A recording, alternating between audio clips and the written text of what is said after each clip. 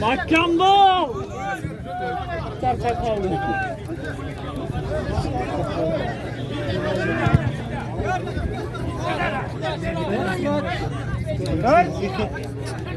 Kolay neydi başta? Devlet kukuruş geldi.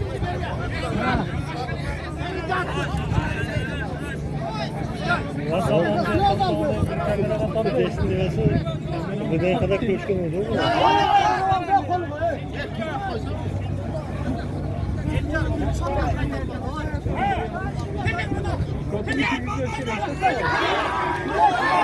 Hayır.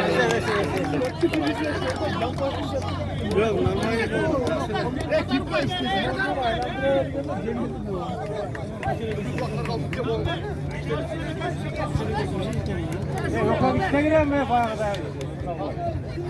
ya bunlar da çıkardılar.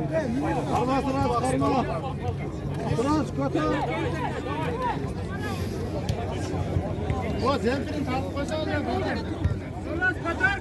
Zempirin kirgisi koymaya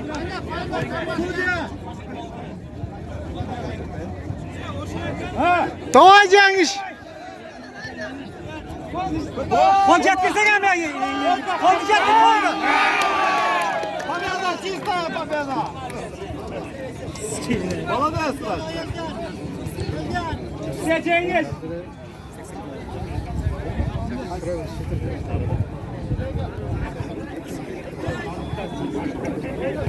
Ya давай yok onlara gittiler. Ayakta.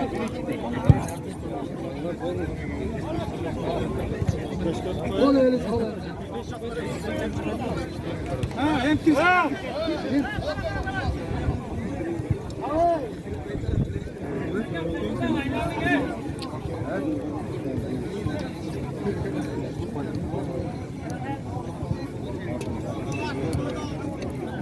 Yasin. Şimdi ister bana. Şu maçta da savunma değilsin de. Tamam tamam. Ya otur abi. 9 nokta gibi. Tamam. Maçta da savunma değil.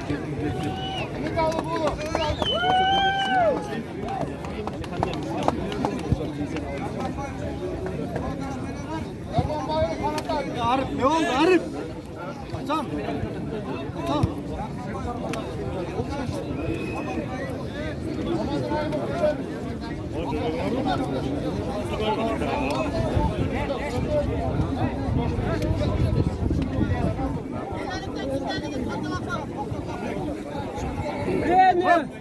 Ya Murat. Oyunda varsın mı? Varsın mı?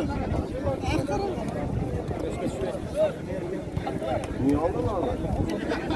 Ya koş.